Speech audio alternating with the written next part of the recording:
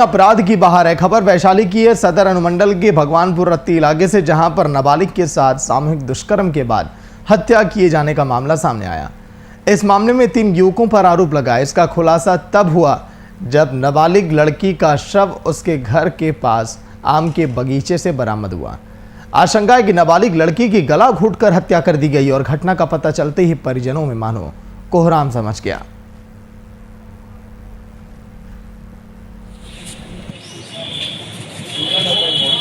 हमको है रमेश भगत पर, पिताजी का उसका नाम तो मेरे को मालूम नहीं। भग्गू भगत का नाती है।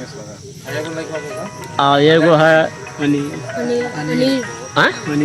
अनिल राम, उके का बेटा है, विनोद राम का बेटा है वो है। और वो चंदन शाह है जो लाला शाह का बेटा है। तीनों यही क्या भगवानपुर? जी हाँ, उनका उधर घर है। तो क्या मतलब ये लोग से आपसे पहले दुश्मनी? ना, कोई दुश्मनी हमको नहीं है।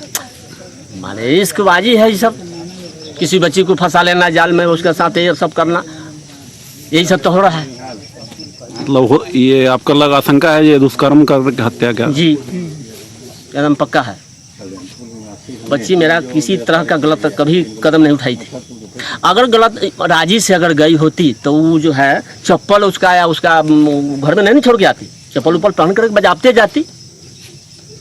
दादी का उसमें कुछ सामान था, जैसे पैसा या गाना वो सब लेकर यही जाती। वो सब कुछ नहीं लिया है, चप्पल उप्पल सब अपना छोड़ दिया है। ये लोग जबरदस्ती वहाँ से इसको किडनैप किया है, लेकर के ऐसा किया है। अब यहाँ करे या और कहीं करे। तो चलिए, senior reporter Shashank Dubey live जुड़ गए हैं। शशांक, लगातार इस तरह की तस्वीरें, दुष्कर्म, हत्या मानो आम हो चली हैं बिहार के अंदर। एक दिन में लगभग 10 से 15 बड़ी खबरें ऐसी सामने आ ही जाती हैं, फिर भी नाकाम और ऐसे लोगों की मानसिकता भी बदल नहीं रही है। शशांक, देखिए बिल्कुल बिहार में जो अपराध वो कहीं ना कहीं थम नहीं रहा। हम ये कहेंगे अपराध बढ़ रहा है लेकिन अपराध थमने का नाम नहीं ले रहा है। कई तरह के अपराध यहाँ पे हो रहे हैं। चाहे वो अभी आपने जो वैशाली की घटना दिखाई है, बहुत मार्मिक घटना है। एक बच्ची है जिसका एक तरह से अपहरण होता है, उसको ले जाते हैं लोग, रेप करने के बाद हत्या कर देते हैं। तो कहीं ना कहीं एक मानसिकता जो है, जो खौफ होना चाहिए प्रशासन का, शासन का, पुलिस का, उसमें कमी कहीं से कहीं ना कहीं है। क्योंकि लोगों को पता होता है कि जब वो इस तरह के काम करते हैं तो आखिर उसका अंजाम क्या होगा। तो देखिए महत्वपूर्ण है कि अपराध जो है इतनी तेजी से बढ़ रहा है और अपराध के नए नए आयाम हो रहे हैं। देखिए, जो रोड रॉबरी होती है, लूट होती है, डकैती होती है या अपहरण होते हैं रैंसम के लिए, लेकिन इस तरह अपहरण करके, रेप करके हत्या कर देना एक मानसिकता दिखाता है कि अपराधियों के मनोबल बढ़े हुए हैं, या वो लोग कहीं लोगों के मन में कानून का और पुलिस का खौफ कम हो चला है। और यही कारण है कि इस तरह की घटनाएं हो रही हैं। अगर कुछ दिन पहले की बात की जाए तो नेशनल क्राइम ब्यूरो की रिपोर्ट है, वहां पे बिहार को बताया गया था कि 23वें नंबर पर ही बिहार में अपराध को बढ़ाया गया था। लेकिन नीतीश सरकार का कुछ अलग तर्क है। उनका कहना है कि कहीं ना कहीं जो चीजों को ज्यादा मामले दर्ज किए जाते हैं, हर छोटी से छोटी चीज पर पुलिस थाने में मामले दर्ज होते हैं, पुलिस अपना एक्शन लेती है, नानुकुल नहीं करती मामले दर्ज करने में। दूसरी अधिकांश मामले। ठीक है शशांक, लौट कर आऊंगा। नीरज कुमार, प्रदेश अध्यक्ष जेडीयू के फोन लाइन पर। नीरज जी, दुष्कर्म की घटनाएं, अपराध की घटनाएं लगातार बिहार में बढ़ती चली जा रही हैं। सरकारी आंकड़े भी ये दावा करते हैं, जो रिपोर्ट जो जारी की जाती है, लेकिन फिर भी इस पर अंकुश क्यों नहीं?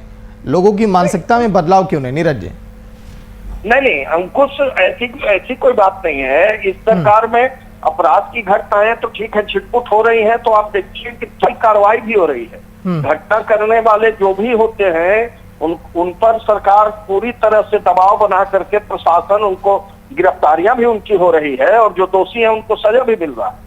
ऐसा नहीं है, तब के बिहार में होता था कि अपराध की घटनाएं बेलगाम होकर हुआ करती थी। अब वो ऐसी कोई बात नहीं है। ये नीतीश कुमार जी की सरकार है जो अपराध के खिलाफ पूरी तरह से मुस्तैद है।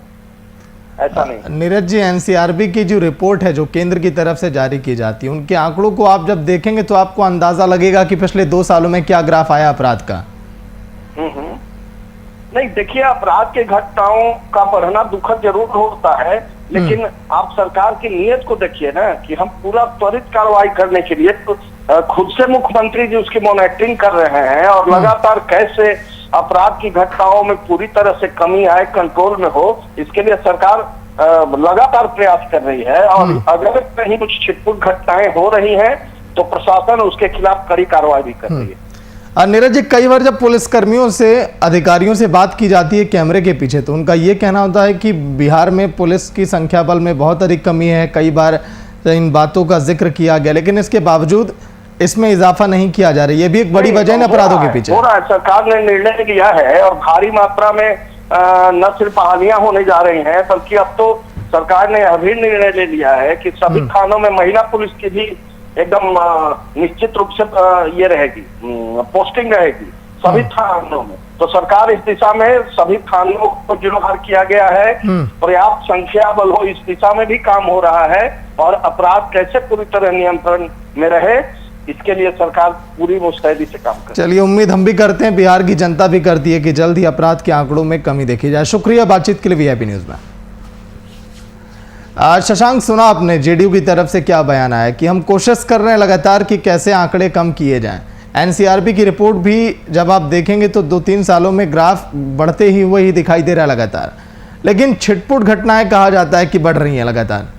शशांक, देखिए सागर, दो तरह के अपराध होते हैं, एक संगठित अपराध होते हैं, एक असंगठित अपराध होते हैं। संगठित अपराध जो होते हैं वो पूरी तरह से प्लान होते हैं, गैंग होता है, उनका इंटेंशन होता है कि आगे अपराध करना है। जैसे बैंक रॉबरी के लिए गैंग बनता है, जो अपहरण होते हैं या जो शराब की माफिया है, जो शराब की ब्लैक मार्केटिंग करते हैं, या अन्य तमाम चीजें ऐसी होती है जो संगठित अपराध होते हैं। और दूसरा होता है कि जो आकस्मिक अपराध होते हैं, जो लैंड, मान लीजिए जमीन विवाद को लेकर या प्रॉपर्टी विवाद को लेकर दो गुटों में लड़ाई हो गई और उसमें कोई अपराध हो गया। दूसरा जो असंगठित अपराध है वो किसी तात्कालिक कारण की वजह से हो गया।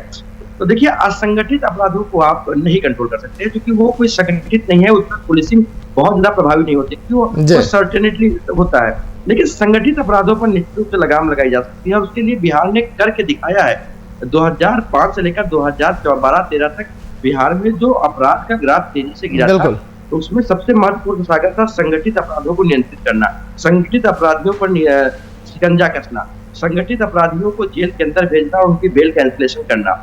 अगर एक बार उन्होंने वो बेल पर है और उन्होंने दूसरा कोई क्राइम कर दिया तो पहले के तमाम बेल जमानतें रद्द कर दी जाती, तो तमाम ऐसे प्रयास किए गए थे। दूसरा, अपराधियों के जो आर्थिक सोर्स है, जो फाइनेंशियल सोर्सेज है, उनको इकोनॉमिक ऑफेंस यूनिट बना के उसको ध्वस्त किया गया था। तो आप तमाम काम कर सकते हैं। शशांक, बिल्कुल जिस दिशा में काम किया गया 2005 से लगाए 2013 तक, उसी दिशा में अगर काम हो तो शायद फिर से कुछ अच्छी तस्वीरें हम देखेंगे बिहार की। शुक्रिया शशांक पूरी जानकारी के लिए।